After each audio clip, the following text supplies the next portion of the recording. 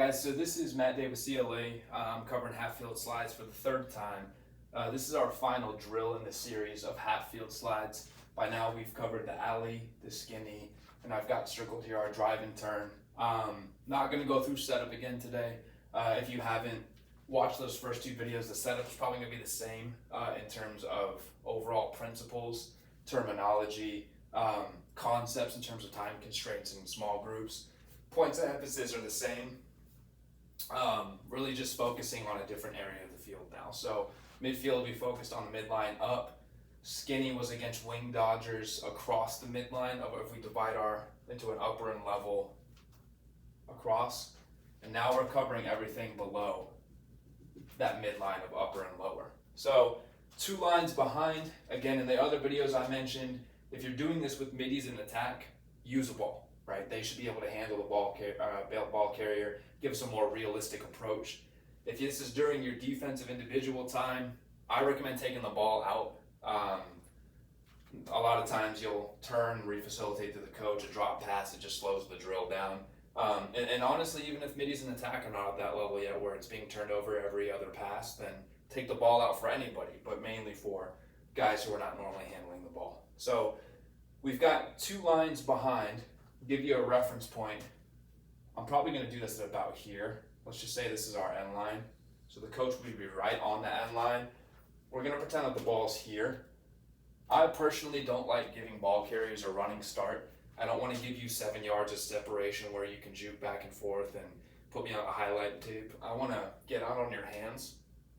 I want to have my stick in front, and I want to remove that cushion. And at the very least, I want to dictate which side of the ball I want you to go to. In that case, D3, if the ball was here, would be in. He doesn't need to be all the way out, but he doesn't need to be all the way in. He should be about halfway out to his ball carrier.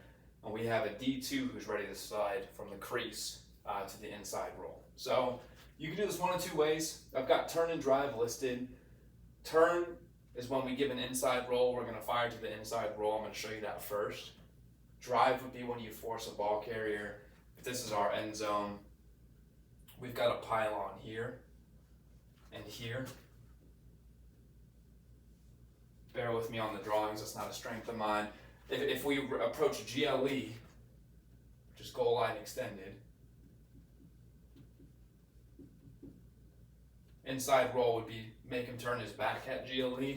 Drive would be forced to the pylon at GLE, so I have my eyes up and I'm taking him to that corner, or open side for right-handed, going to the opposite pylon. So if you're working on turn, which is what we'll cover first, it would look something like this, where X is carrying, D is going to beat him to the spot as D1.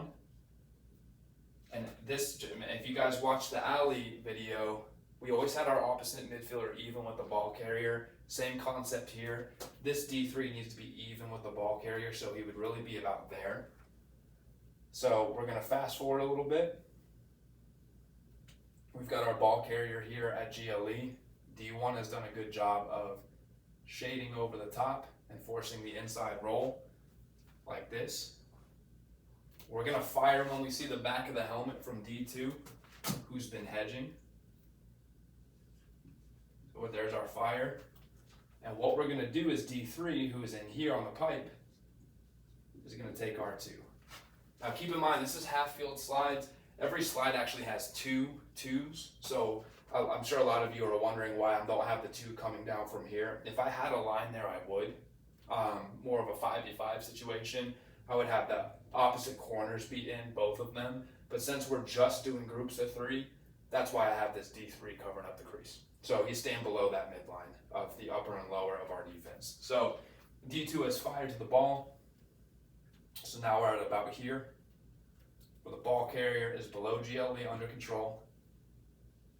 D2 is on ball. D1 is in the act of recovering. And D3 is holding that cone until D1 can get through. This is another bump call, right? Bump is when I bring the recovery to the crease and then he bumps the 2 slide back out to the perimeter. So as that's happening, X is either going to throw the ball to the coach who facilitates backside. You can even take that coach out and have him just throw directly if you want to challenge you guys a little bit more. Or again, a regression would be if you don't have the ball carriers that you need to run this drill, just mimic it. And guys are working on reading the posture of the ball carrier, faking that throw. And that is a key for them to work out, which has its own benefits as well. So X is going to go from here to here.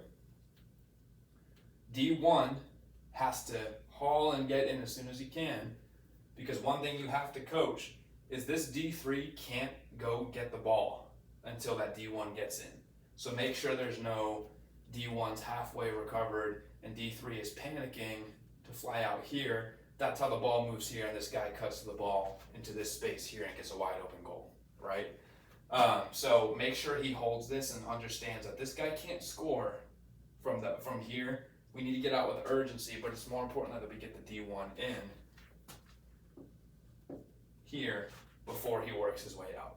So now we're in this situation here where D2, who originally slid the ball and then he moved it, is now switching his responsibility. The ball's here with X. D3 has worked out. We're going to take a dodge.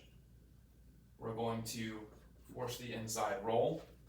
D1, remember, who was our original on-ball defender that we slid to, has now got to pivot after his recovery and be hot to the inside roll. So, and then D2 is staying even with the ball carrier and eventually becomes R2 on the inside roll when we fire from D1 below GLE. Okay? So you'll see again that pendulum action of we go from here, we slide recover, we move it, we go from here, we slide recover. Okay? That would be a situation of a turn on against an inside roll. Using that same setup, I like to focus on drive, which would be if someone's forcing to the pylon. Maybe that's matchup specific. Maybe that's what we call turtle, which is if I'm going to inside roll, I want to go early in pressure.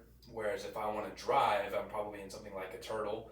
When I'm against a turn in inside roll, we call that eagle for us, which is an early slide. But when I'm in a drive situation, we're not really as threatened by the matchup, and I want to rely on one-on-one. We're slower to go.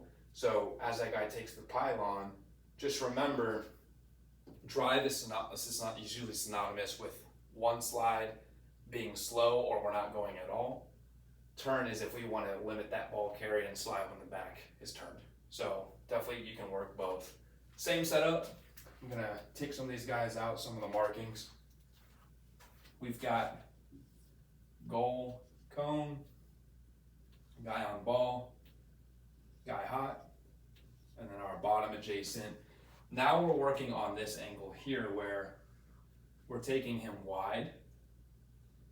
Probably a good idea to coach your players for the sake of the drill to maybe give them a step.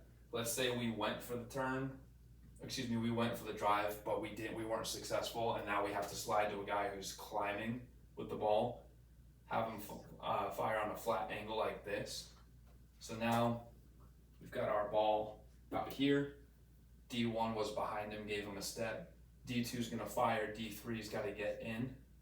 Okay, so as D2 arrives, we're going to Rico, and we're gonna bump D3 back out. We're gonna tell our offensive players to mimic a rollback and either come to the coach here or have this next offensive player fade a little bit, make the pass easier, or you just mimic it, right? So as the ball moves from here to here, D3 was in. He has to hold that cone until D1 gets all the way back so he can work back out to the ball where he sees another dodge, and we're working on our drive call to the pylon.